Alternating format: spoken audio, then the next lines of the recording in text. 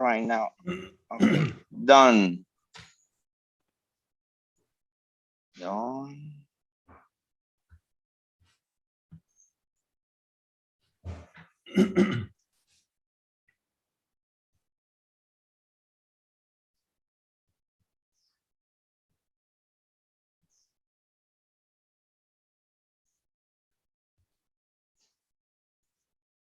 Hello, everyone. Good morning. It's a pleasure having you, all of you today. Welcome to our system thinking and educational encounter. This is a meeting to share very useful, very interesting ideas, very advanced ideas about system thinking and education. And you know, in this world, we as a humans need to manage complexity. I guess it's the only thing we can do, understand complexity and try to manage. It's a pleasure for me to present Derek Cabrera and Laura Cabrera. Today we are going to have Derek. Derek, welcome, Derek. How are you? Today I'm going, okay, welcome. I'm going to present you first in Spanish and then in English. Ok, amigos, buenos días para todos. Es un placer para mí presentarles a Derek Cabrera en nuestra conferencia inaugural en vivo por YouTube para toda Latinoamérica y el mundo. Agradecer a Derek a Derek y a Laura por su disposición y por esta excelente charla que nos van a ofrecer. Voy a permitirme leer brevemente un pequeño resumen acerca de Derek y de Laura. Derek tiene doctorado de la Universidad de Cornell. Es un científico de sistemas internacionalmente conocido que trabaja en la Facultad de Cornell, donde enseña pensamiento sistémico, liderazgo, mapeo de sistemas, y es el director del programa de certificación en pensamiento sistémico, modelamiento y liderazgo. Además, es investigador senior en el laboratorio de investigación Cabrera. Y Laura igualmente enseña en Cornell modelamiento, pensamiento sistémico en el Instituto de Asuntos Políticos. Ella también es un investigador senior de Cabrera Research y ha trabajado alrededor de los temas de pensamiento sistémico en el ámbito de lo político. Okay, guys, I'm going to present Derek. And also Derek, welcome. Derek Cabrera is an internationally known systems scientist and serves on the faculty of Cornell University, where he teaches system thinking, system leadership, and systems mapping, and is the program director for the graduate certification program in the system thinking, modeling, and leadership. He is a senior scientist at Cabrera Research Lab. And Laura Cabrera currently teaches system thinking and modeling and systems leadership at Cornell University at the Institute for Policy Affairs. She is also senior researcher at Cabrera Research Lab and co-founder and chief research officer Plectica. Over the past decade, Professor Laura has applied her expertise in research methods and translational research to increase public understanding, practical application, and dissemination of sophisticated system science and system thinking models. And it's a pleasure for me to greet and to say hello, Derek. Hello, Derek. Good morning. How are you today? Are you right now in Ithaca? I remember Ithaca. Ithaca is a beautiful city. And thank you, Derek. Thank you, Laura, of course. We are glad to having you today, and the floor is yours. And at the end, we can talk, we can dialogue about your talk. And thank you, and go ahead, Derek. Thank you. I appreciate it. Thanks for having me, and thanks to Jorge for setting this up, and to the Colombian Association of System Dynamics for inviting me. In the next hour or so, or 45, 50 minutes, you'll be getting kind of a Cliff Note version of the content of our book, which is also a full semester graduate level course we teach at Cornell in systems thinking, which is precedes our other book and grad course in systems leadership. And together, these two courses or books take you from the science of thinking or cognition to the design and leadership of systems that bring about vision. And today, I'm mostly going to focus on the bottom portion of this pyramid and the contents of our book, Systems Thinking Made Simple, which I'm happy to say is now translated into Spanish and available on Amazon and Kindle. I'm also very happy to present in Colombia, even by Zoom, because my father is Colombian and was from Cali. So strap in, and I hope you'll get an adequate introduction to systems thinking that motivates you to explore and practice more. And hopefully we'll have a little bit of fun along the way. Before we begin, I want to say that I didn't actually start off as a cognitive systems scientist or even an academic or a researcher. I started off as a high altitude mountain guide.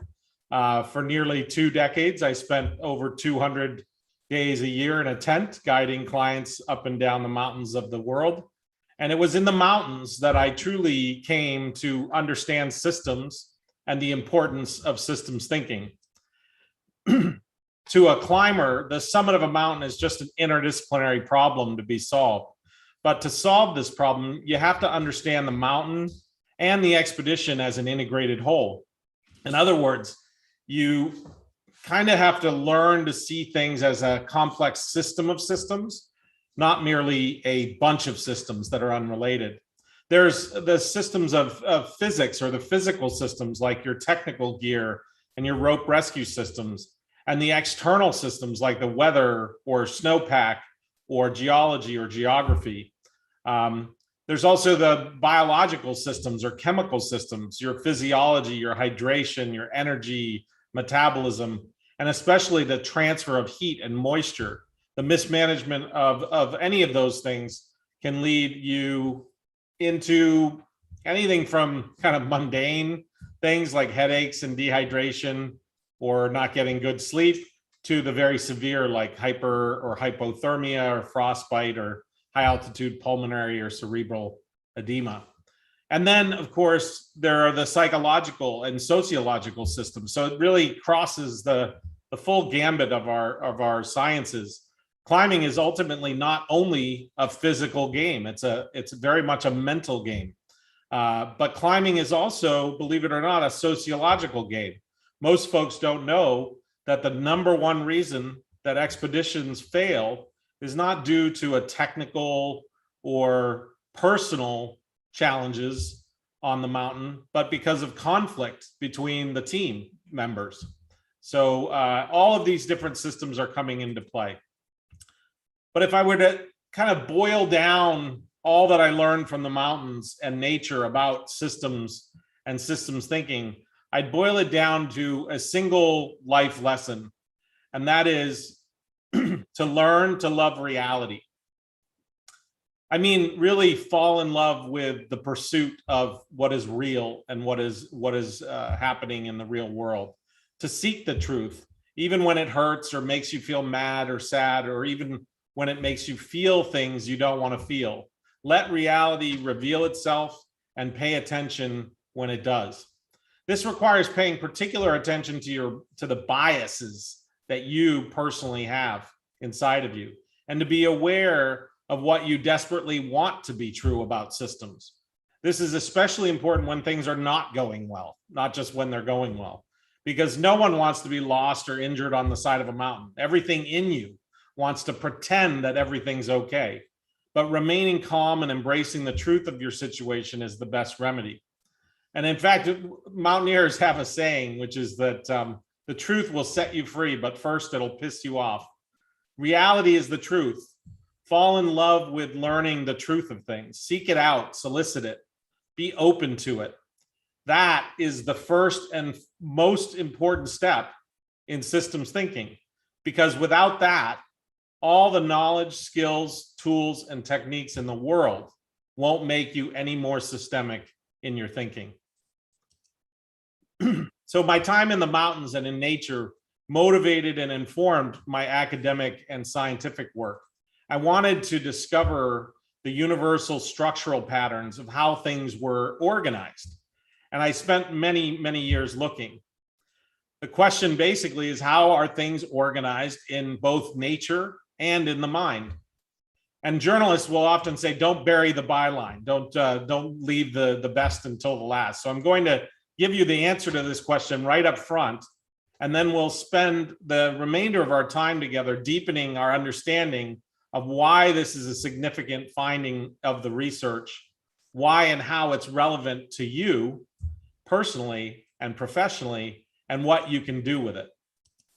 So it turns out that nature has one set of laws of organization for all things, whether those things are living or non-living, conceptual, information, it doesn't matter what they are.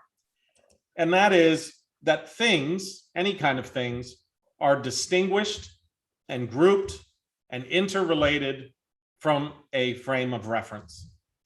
Now, that's a very simple statement, but it has really, really profound underpinnings that we're going to spend a little time talking about.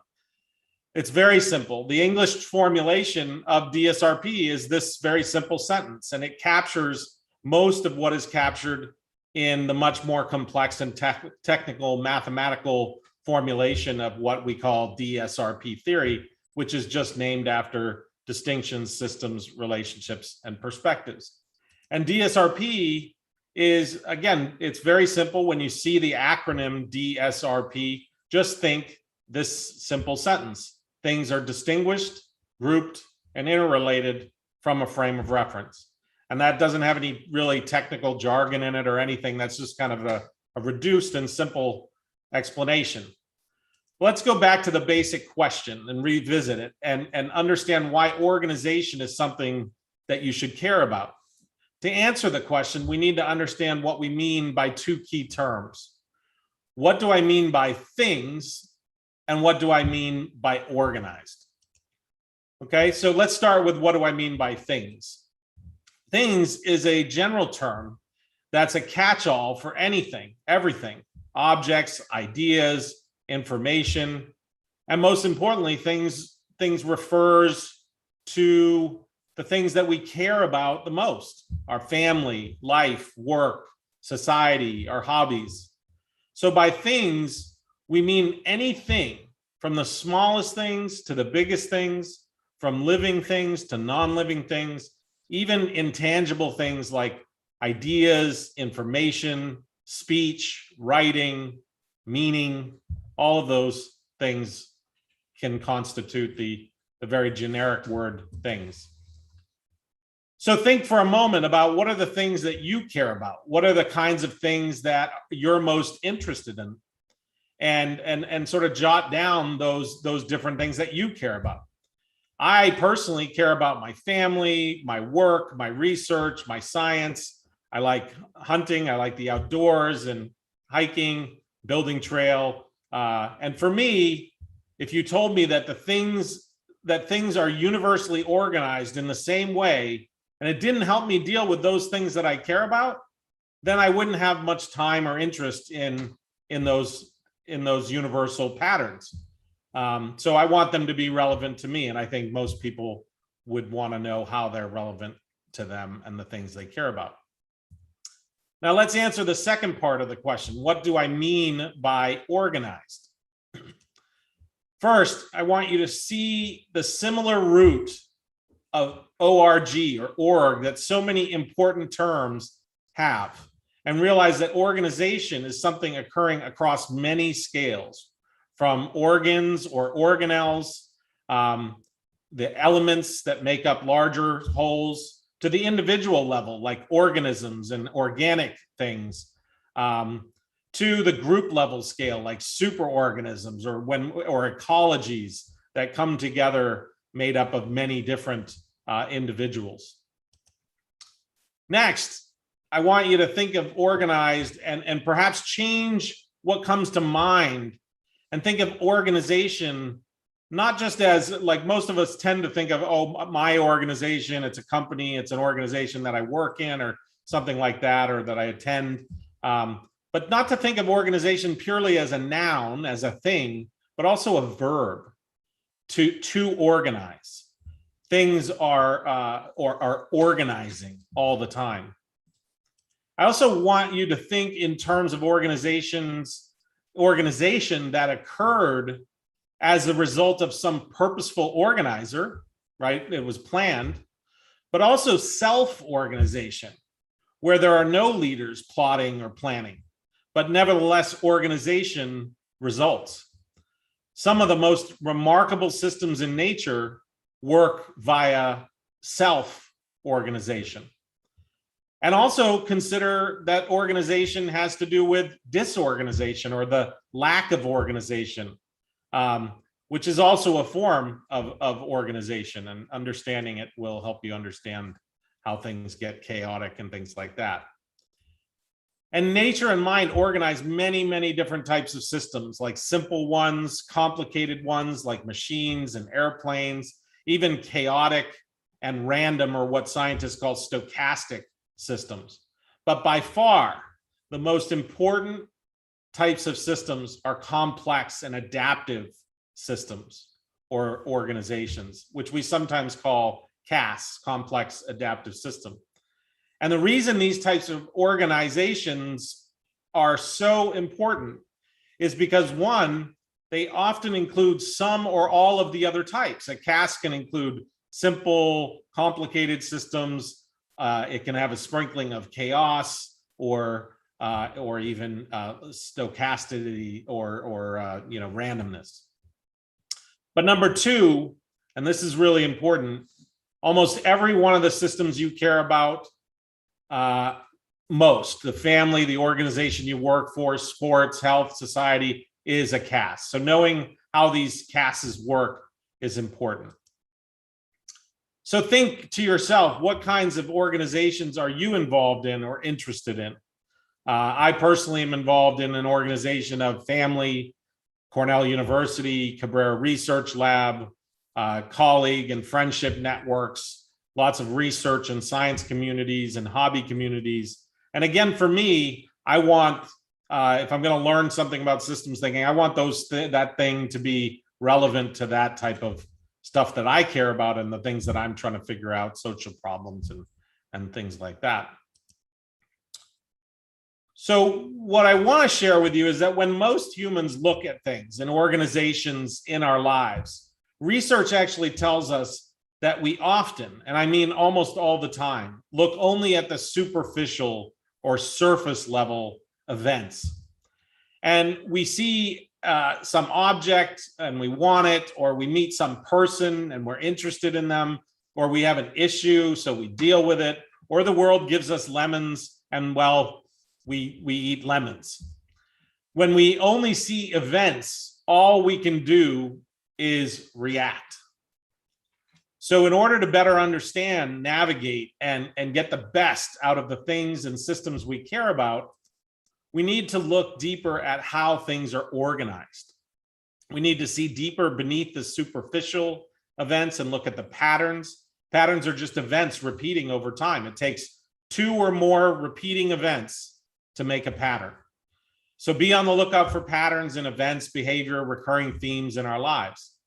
Because when we see patterns, we can gain precious seconds, minutes, hours, days, months, years to predict rather than merely to react. But we can look deeper still. If we learn to see the underlying structure of the real world systems around us, we can see how events, things, patterns are structurally organized. And this allows us to design or redesign systems to our liking. This is because the way a system is structurally organized actually determines its behavior, the behavior of the system. So if we don't like the way a system behaves, say our COVID response, an educational system, prison systems, or how your organization is doing in the marketplace, we can redesign that system by understanding its structure. What lies underneath the structural organization of a system is mental models or thinking.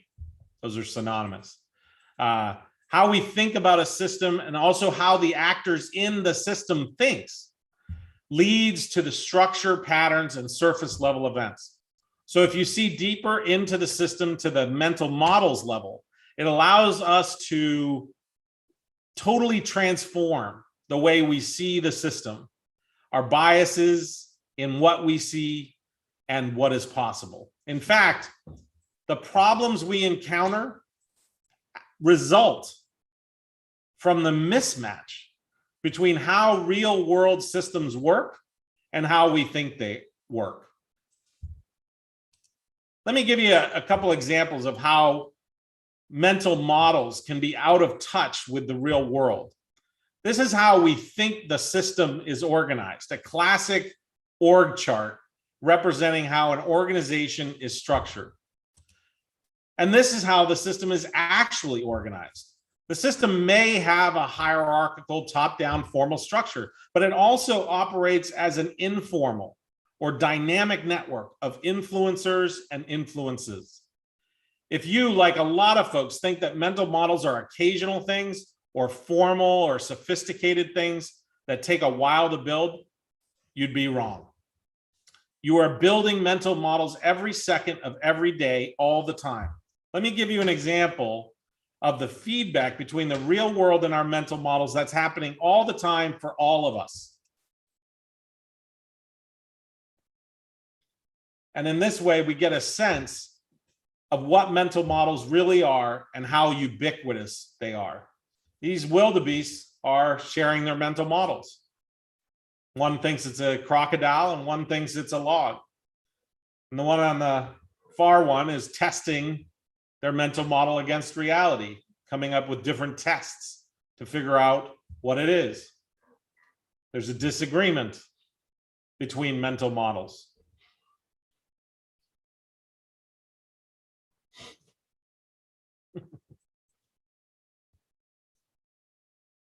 And we now get feedback from reality about what is real. Okay? The point of that is just to simply say that mental models are occurring all the time. They're not just big maps and things like that. We're having them all the time. And in fact, mental models are so pervasive and so ubiquitous that they are constant. But most people don't even recognize their mental models exist. They have what we call reality bias. Reality bias is the mother of all biases. There's 80 or so different biases that scientists study, and 270 biases that are out in the world, some of which are not formally studied yet. And it is the mother of all those biases. The underlying bias of all those is called reality bias. And reality bias is the belief that we see the world directly as it is on the left there, right? There's just us and reality, and we see the world the way it directly is, with no awareness of the veil we're shrouded in, which is our mental models. The truth is, we actually see the world indirectly, mediated through our mental models. Reality bias tells us that in order to better understand reality, to fall in love with the reality in the real world, we must see how our mental models interact with the real world, not perceiving them as dual or a duality or separate things, but as a necessary unity where one interacts with the other and indeed exists within the other, because mind is part of the physical real universe and vice versa. Indeed, when they are treated as a dualistic or separate thing, we make mistakes, errors, and get get ourselves really into lots of trouble. Remember that our problems result from the mismatch between how the real world systems work and are organized and how we think they work. So understanding how real world systems are organized, how they work, is the ultimate goal of systems thinking. To do this, systems thinkers use what's called the ST, or systems thinking DSRP loop, which helps us to acknowledge mental models and their existence and the role that they play in our lives.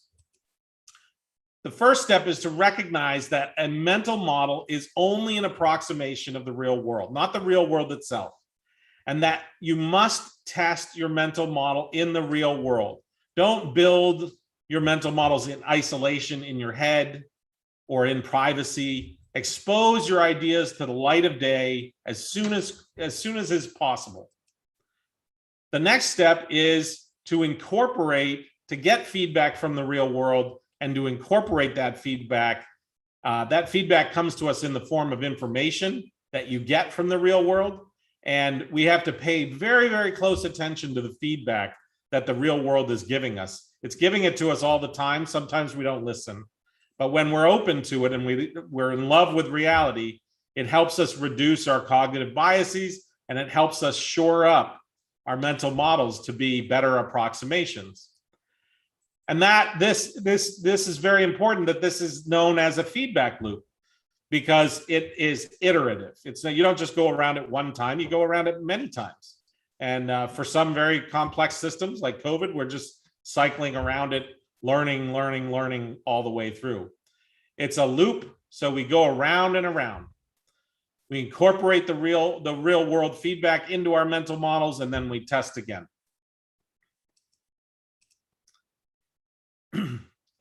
So one of the things that I want to share with you is that we've learned in the last 50 years or so from the combined fields of cognitive science, neuroscience, all those kinds of things.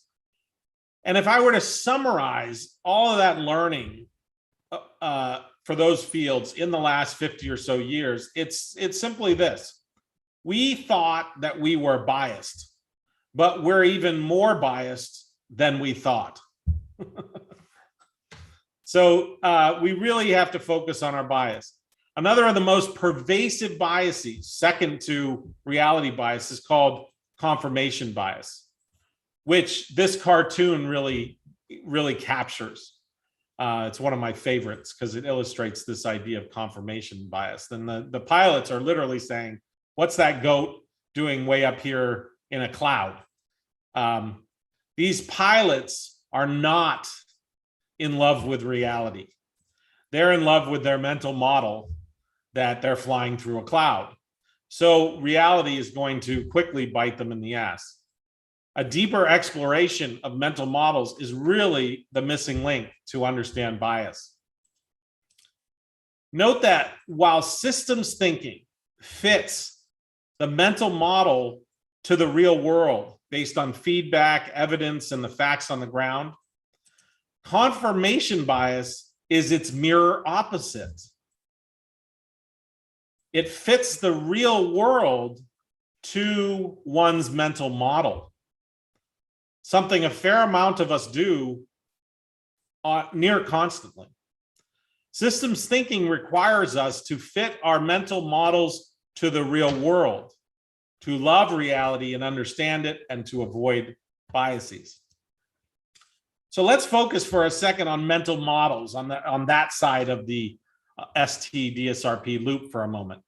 We see that we get feedback from the real world in the form of information, but the question we have to ask ourselves is, how is information organized such that it becomes meaningful?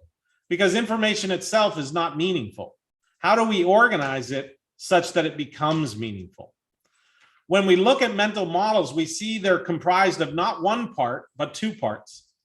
The information content or data that's coming from the real world as feedback, and the organization of that data, which you could think of synonymously with structuring, cognition, encoding, or thinking. Generically speaking, just think of it as thinking. So we take information and we think about it. That structures it or organizes it into something meaningful. And as I mentioned earlier, there are 4 underlying patterns that show us how we structure or organize information: making distinctions, organizing systems, recognizing relationships, and taking perspectives, DSR and P. We can summarize mental models in a simple equation. Mental models equal information and thinking. Now, mental models are synonymous with knowledge, ideas, beliefs, concepts, and meaning. Information is synonymous with data or content, and thinking is synonymous with organizing, structuring, encoding, or the scientific term cognition. The key to systems thinking is understanding the T part, as the information will be variable. The crux of systems thinking is what are the patterns of thinkings that will more closely align with the way the systems work.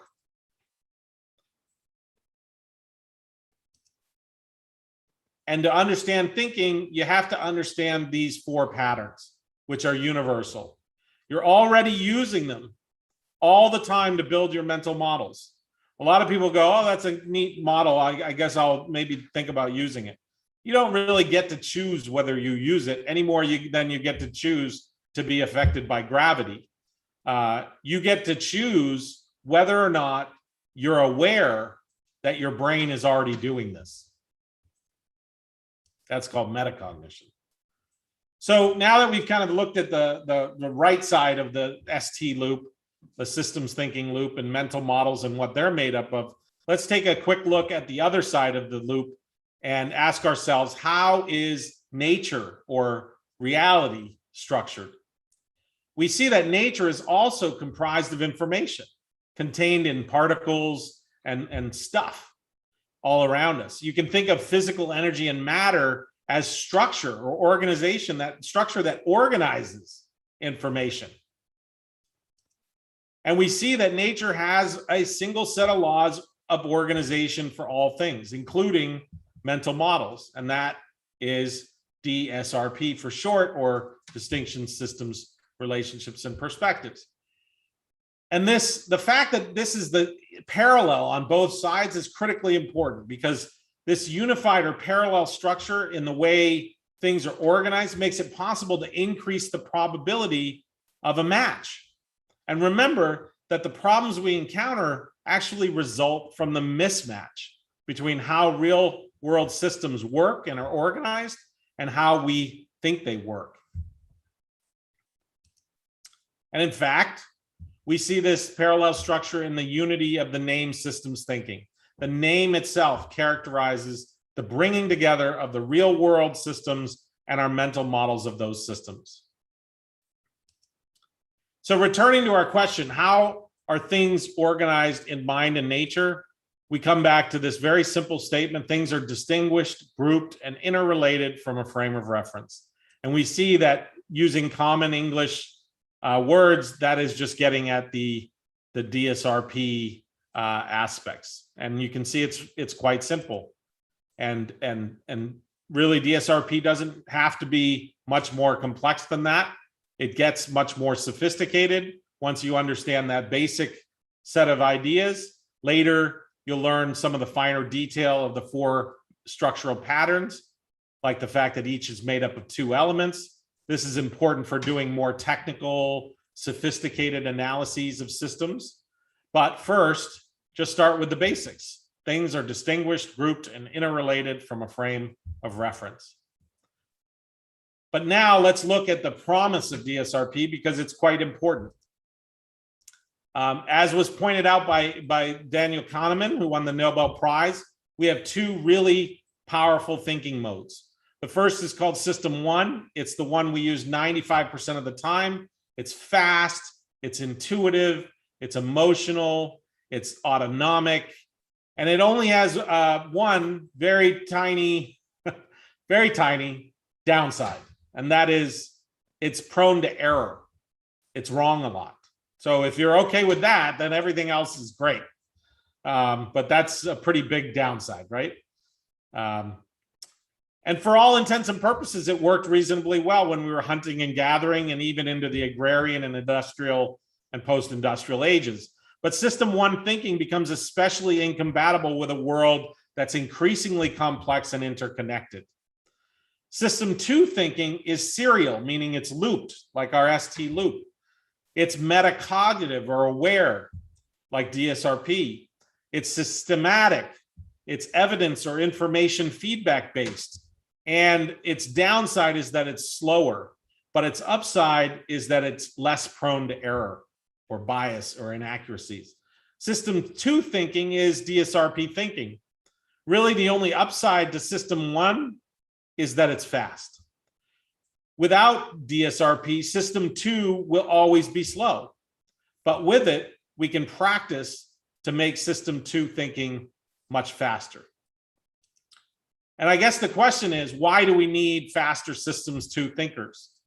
And the answer is relatively simple. The World Economic Forum lists this whole set of skills that are required by the new century for jobs.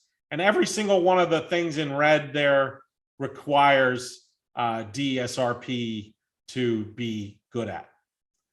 And if we want these things, we need to focus on the simple underlying patterns rather than the outputs, the outcomes. We have to focus on the inputs. To succeed, frankly, in today's world, we have to be deep and fluid and clear thinkers who can think creatively, critically, pro-socially, strategically, scientifically, systematically, and to be emotionally intelligent. But all these types of thinkings are really born of one thinking apparatus and one set of laws of how we organize information to make it meaningful.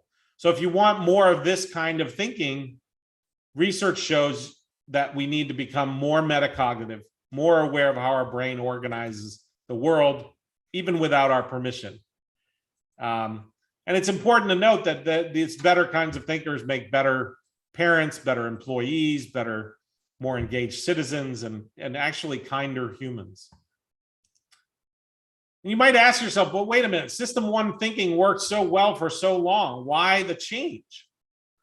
System one thinking, the answer to this question really is that it's because of the increase of interconnectedness or relationships. The world has become more complex. If you look, for example, at the two biggest crises we face today, the crisis of COVID and the crisis of misinformation, they're both the result of massive increases in interconnectedness. Misinformation spreads through social media or interconnectedness, and COVID spreads through our interconnected lives by hopping the planet on trains, planes, and automobiles. And to understand this, we need to understand a very special kind of system that we call a CAS, which I referred to earlier. And CAS just means complex adaptive systems. And the reason we want to know about CASs is because they are systems that we care about. Work, life, family, country, customers, products, markets, all of those things are CASs. Not only are systems that you care about CASs, but the system of thinking that we use to think about those systems is also a CAS. So let's take a look at how CASs work. I'll give you a very quick example to understand them. If I were to kick a rock 3 times the exact same way, the rock would respond the same way because it would follow the complicated laws of physics.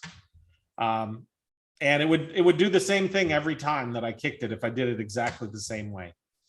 Same stimulus, same response. But take a dog, for example. And I'm not advocating that we kick dogs, but let's say you kicked a dog, right? The first time you kick a dog, maybe it cowers away from you, right? The second time you kick a dog, maybe it stands its ground and growls.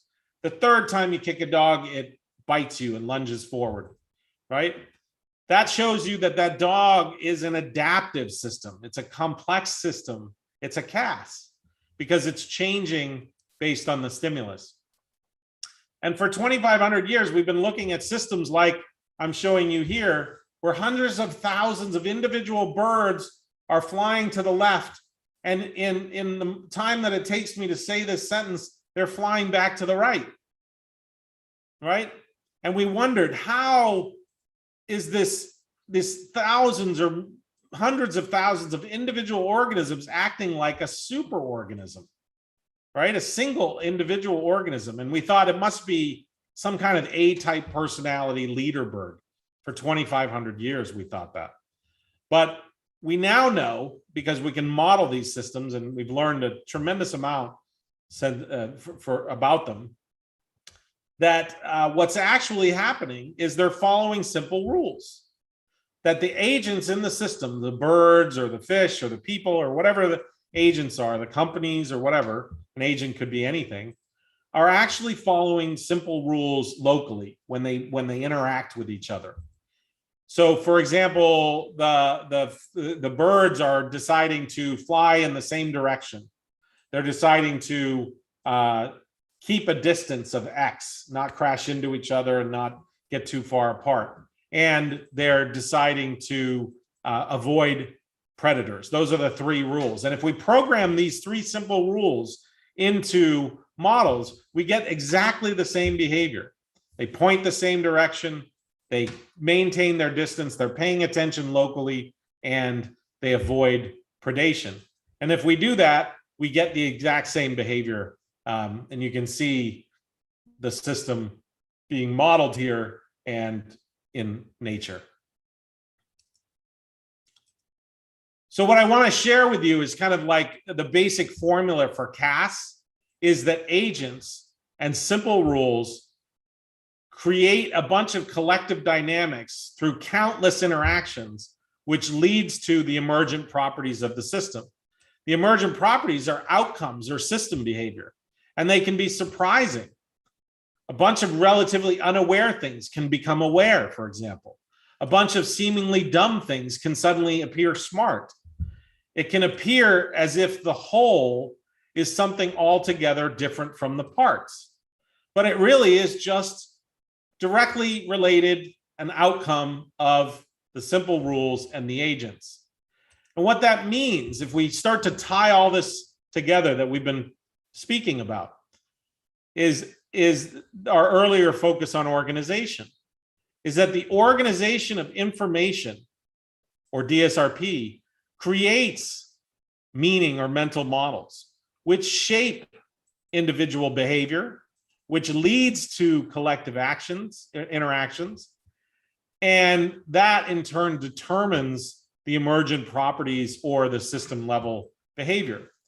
And in understanding that, it gives you a great insight into where you can be most effective. A very simple but profound insight, which is that you can't be effective above the line in the collective dynamics and the emergent properties.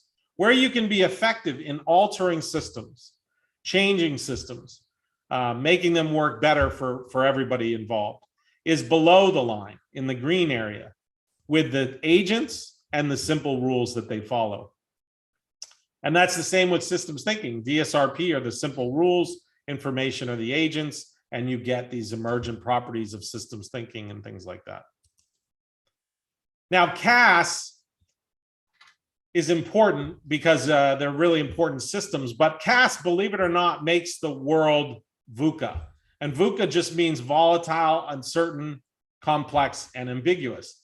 And that's not a problem. That's just the way the world is. Remember, we talk about loving reality?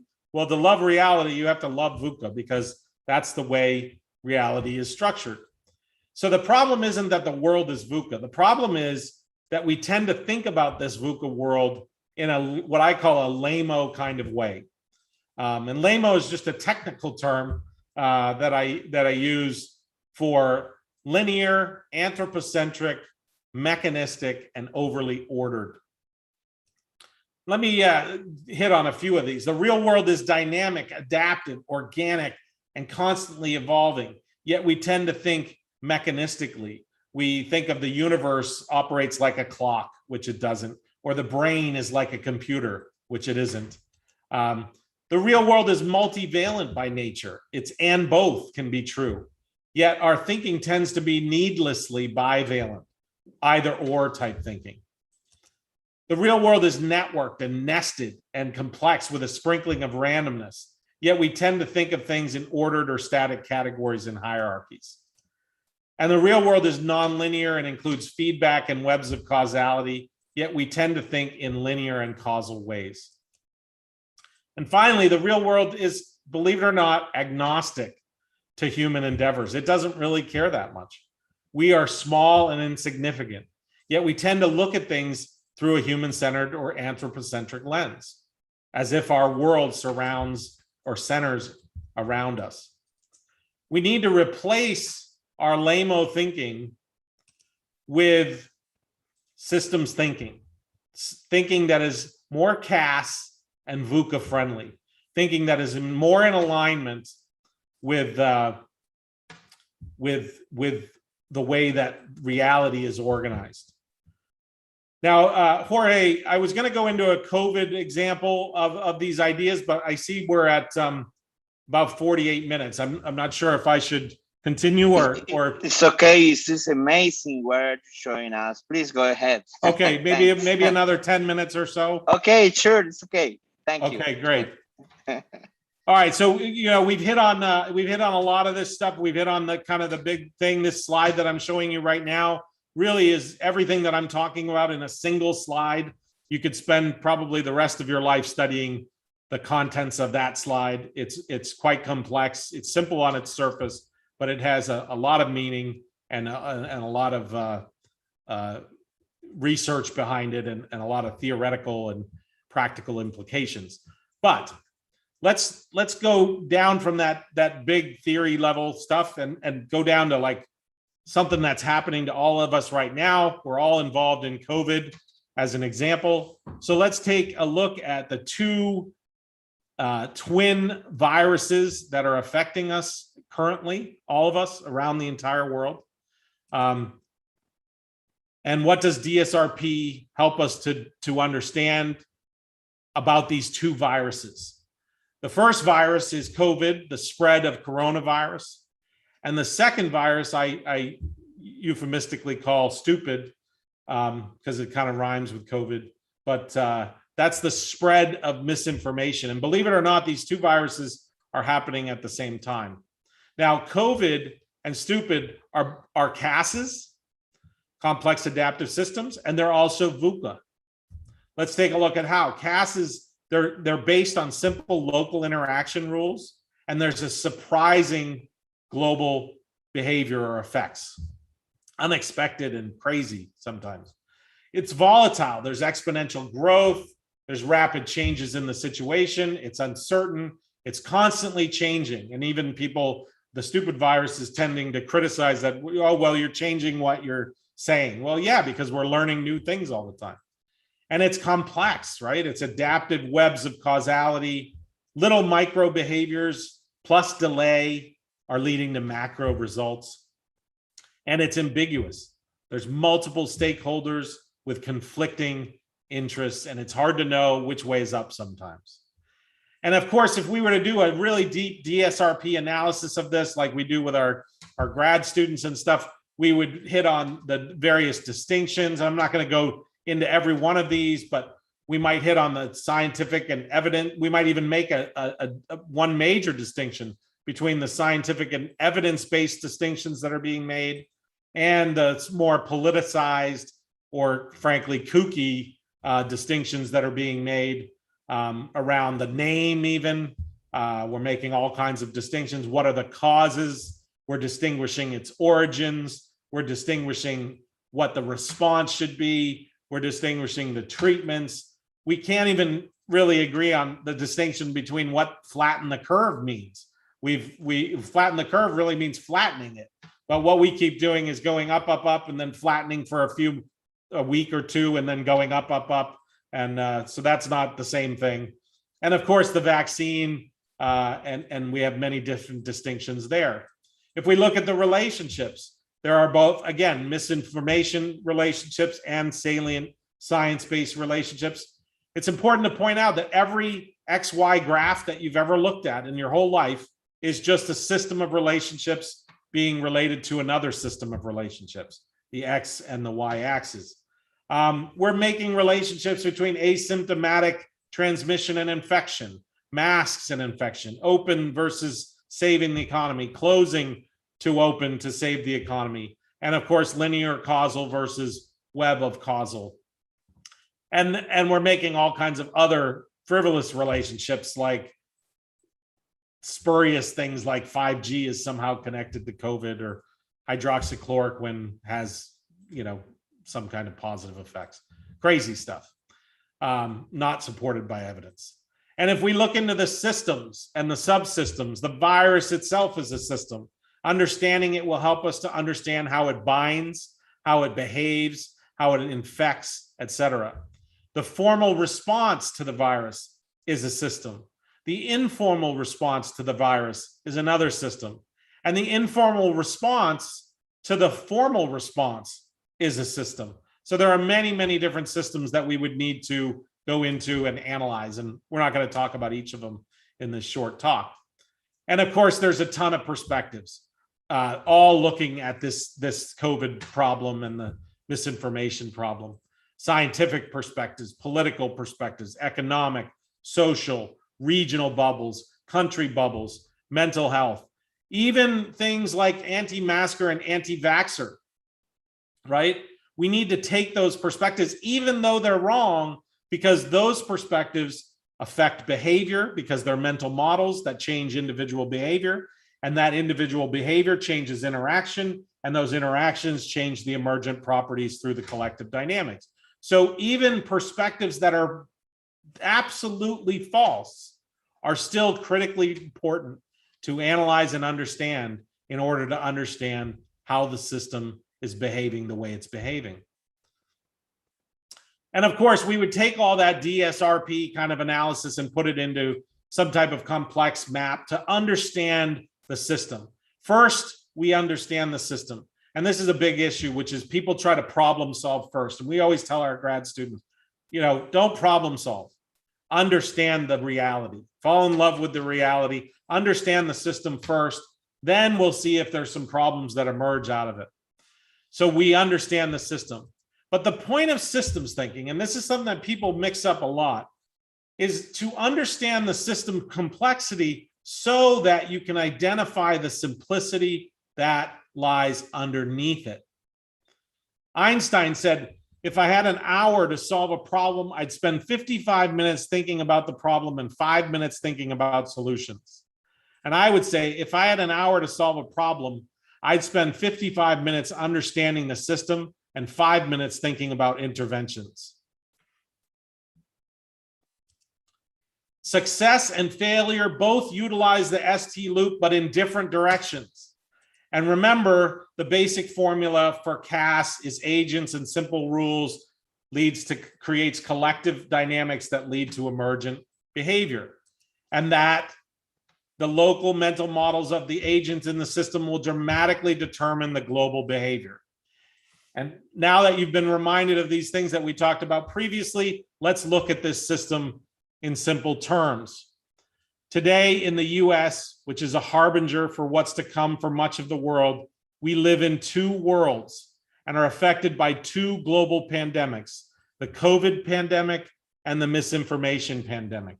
And I want you to think or consider this example of two types of people. We'll call them Bob and Sue. Bob's beliefs are that the virus is a hoax. This is his mental model. Masks don't work, vaccine is control, individual rights, we need to open up everything, and science is a liberal agenda. Sue's belief is, or her mental model, is that the virus is serious and deadly. We mask, we distance, we wash hands, we vaccinate, social responsibility and adapt to the situation, and follow the science or fall in love with reality, same thing. Here's the thing. In a nutshell, Sue loves reality, no matter how frustrating, intimidating, complex, or scary it is. Sue wants to understand reality because she knows that doing so might piss her off at first, but eventually it will set her free. Bob does not love reality. He's not committed to understanding it. Bob is committed to being right, even when he's actually wrong. And I want you to think about this as I say it very clearly. Think about it. Do you know what being wrong feels like? It feels exactly like being right. That's why the systems thinking DSRP loop is so critical, because we must test our mental models. Even when we think we're right, like Bob, we have to test them, and we have to get real feedback from the real world in the form of information or evidence so that we can adjust and adapt our mental models. Now, I want to ask you a question about this. With our formula for CASs up above to remind us, agents and simple rules lead to collective dynamics and emergent behavior. What happens if the system is made up entirely of Bobs? What happens if the system is made up of entirely Sues? And what happens if the system is mixed with Sues and Bobs? Well, here's the answer. What happens if it's all Bobs? The mental model, right? The meaning, the way the information is organized to create this simple rule set that Bob follows in his interaction with other Bobs will lead to the collective dynamics and the emergent properties. The emergent properties of that system will be the death rate, the infection rate, and the hospitalization rate increases dramatically. The same is true with Sues, except the simple rules are different. And so the interaction effects will be different, the collective dynamics will be different, and the emergent properties will be dramatically different. The death rate, the infection rate, and the hospitalization rates will decrease. I want to ask you another question just while we're on the topic. In which scenario is the most complex? Is it all Bobs, all Sues, or a mix? And I think most of us would answer the mix, right? The mix is where things get very complex because there's not as much homogeneity, and the rules start interacting and balancing each other and doing all kinds of things like that. And believe it or not, that's what we have today. We have a mix, and we have two worlds being created. A world where in some states in the United States, people are dying and with astronomical numbers who are not vaccinated and not masking. And in other states, there's relative safety. We're literally getting two worlds based on two mental models. And it's sad. It's sad, and it's not necessary. So the moral of the story is don't spread COVID and don't be stupid. This slide captures all of that in a nutshell. The systems thinking DSRP loop helps us by understanding the simple rules for the organization of anything, from material stuff to information and ideas. Systems thinking, like I've said all along, is very simple, but don't let this simplicity lead you to believe that it's not sophisticated, as many people do. As we've seen, the collective dynamics from a few simple rules, like DSRP, can lead to massively parallel collective dynamics and surprising, complex emergent properties like systems thinking. I'll leave you with a few pointers on how to get started. You can start by just burning the neurons. It means remembering that what DSRP is, that it's stuff grouped, distinguished, grouped, and interrelated from a frame of reference. Next, you'll commit to the patterns and their two elements. Then start practicing, because it won't implement itself. And practice. The best way to practice is to, in the beginning, just start with these 4 simple questions. And all of this is on our website. You can get it, download it for free and stuff like that. There's lots of resources, but just start with the simple questions, and then over time you'll get more sophisticated. What are the distinctions I'm making? What are the salient parts? Are there relationships among the parts that I need to see? What are the different perspectives I could take to better understand the issue? And I'll leave you with one final note, and that is we've learned over 20, 30 years of doing this, systems thinking and learning systems thinking is something you take in little daily bites rather than all at once. Don't try to swallow the elephant whole. That's why we created things like systems thinking daily, which are just fun little 2-minute or 1-minute thought things to make it so people are being exposed to things on a daily basis. And in 3 months, in 6 months, you'll be amazed at how different your mind processes things the more you become aware of these patterns. But it's really a day-to-day thing. You can take a course, you can read a book, but it's not going to happen all at once. Your mind's going to change incrementally by exposing it every single day to little bites of systems thinking. And with that, I'll shut the presentation. I hope that was somewhat useful and enlightening for you. And like I said, amazing. Online. It's amazing. Thank you for your great talk, Derek. The time passed really fast, and I guess it's really inspiring. Thank you. Here in Colombia, we appreciate your message, and we're really happy with your presentation. And this is your country also. You can come here with the immersers every time you want. Maybe I know you have a really tight schedule, but maybe you have 2 more minutes for a question, maybe? Yeah, no, I have enough time for some questions. Okay, let's try. I'll just one question. Derek, I was thinking about change, the idea of change, and also the idea of change when the things do not exist yet. The idea of new ideas, new words, new possibilities. Yeah. And we think about that, of course, how we can apply your framework in that situation. I think that could be the first question. And thank you again. Yeah, that's a fantastic question. It actually, it's the topic of when I showed you that triangle at the beginning of the presentation, it's literally the topic of our second course and our second book there. This triangle here, this upper part, which is how do you look at the way systems are today versus how you want them to be in the future? And obviously that's something that doesn't exist yet. And how do you kind of build a mental model of an understanding of the system, a map of the system, so that you understand it today? How do you build a map of the system of some future non-existent system? And then we do what's called mental model matching, which is we kind of overlap them and we say, what's different? What's the root difference analysis? What's the analysis of how are they fundamentally different? Is it the simple rules that are different? Are there certain structures that exist that don't exist in the pre? So it's kind of just a pre and post analysis of mental models and looking at how they're different. And then there's lots of ways to how do you actually implement and manifest that change we go into as well. Excellent. That I would like to know that in the future, of course, that your teachings about that.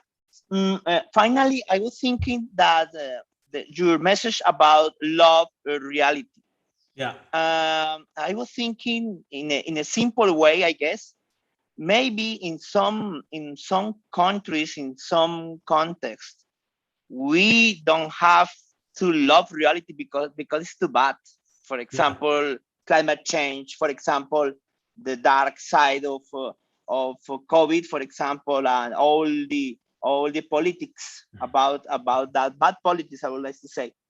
What do you think about that ethical message from system thinking? I think we have to learn and understand deeply systems, and we need to change all the bad things, I would like to say. But I think there is also a possibility to try to think and dream another world. Yes. And I think it's a mandatory for some context. What do you think about that? And thank you again for your conference.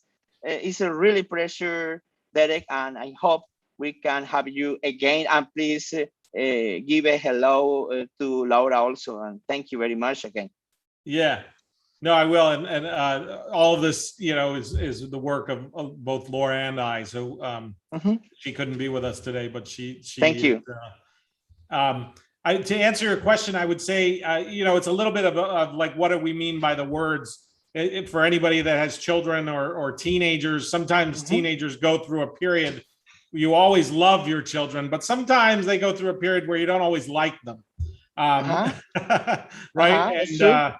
And I would say the same is true for reality. We want to love reality, meaning we want to deeply understand why these systems are the way they are. I want to deeply understand the system. I want to hear what the system is telling me and listen to that, what the system is communicating deeply. Even if that system is unfair and unjust, I want to love understanding reality. That doesn't mean that I like reality. That doesn't mean that I support reality. That doesn't mean that I want reality to stay the same. But if you don't understand why the prison system is unjust and how the prison system is unjust, right? If you don't have a love and a seeking nature for understanding, even if it kind of goes against your sensibilities, even if it goes against things or makes you a little uncomfortable, because sometimes facing the realities of systems can be uncomfortable. It can make us face things that we don't want to face about human nature or the way things are, or whether or not we're really measuring up to our ideals in creating these systems. So when I say love reality, I don't mean like reality. I mean love the process of knowing reality, and then try to create a new reality based on a reality that we can really not only love but like. Excellent, Derek. Thank you again. It's really inspiring, and we are happy having you. It's a great honor, and please come again in the future. Yes. Thank you, and thank you. This is your house. Colombia is your house also. Thank you. Well, all of my extended family lives in Colombia, and great. So I will say at cabreraresearch.org, there's lots of free materials. Please go there, and you know, there's blogs that you can read and videos and all kinds of things. So this is just the beginning of excellent, Derek. Thank you very much. Thank you, everyone. For your time. Thank you for your inspiring ideas. Bye bye. See you soon. Bye bye. Thanks.